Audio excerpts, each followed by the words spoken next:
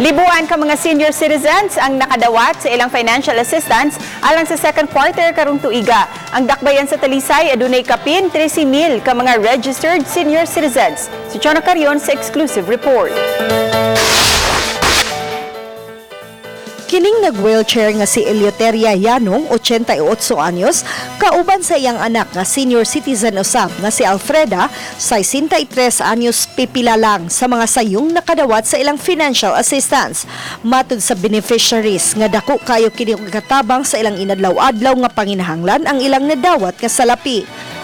Palit lang makaon. Napasalamat lang ko ma'am kay bulan to na akong magamit sad nga tungod sa mapikihan jud mi na jud among magamit. Sugod karong adlaw, giapud-apud sa mga sakop sa City Social Welfare Development Office sa Talisay City ang financial assistance sa mga senior citizen. Tag 1,500 pesos ang ilang nadawat karong adlaw alang sa second quarter karong tuiga. Nagagikan sila sa mga barangay sa Muhon, Lawaan 2 ug Lawaan 3 ang gischedule nga hatagan og financial assistance karong adlaw. Ug ang uban didto na sa ilang tagsa-tagsa ka barangay. Tanan barangay, 22 barangays.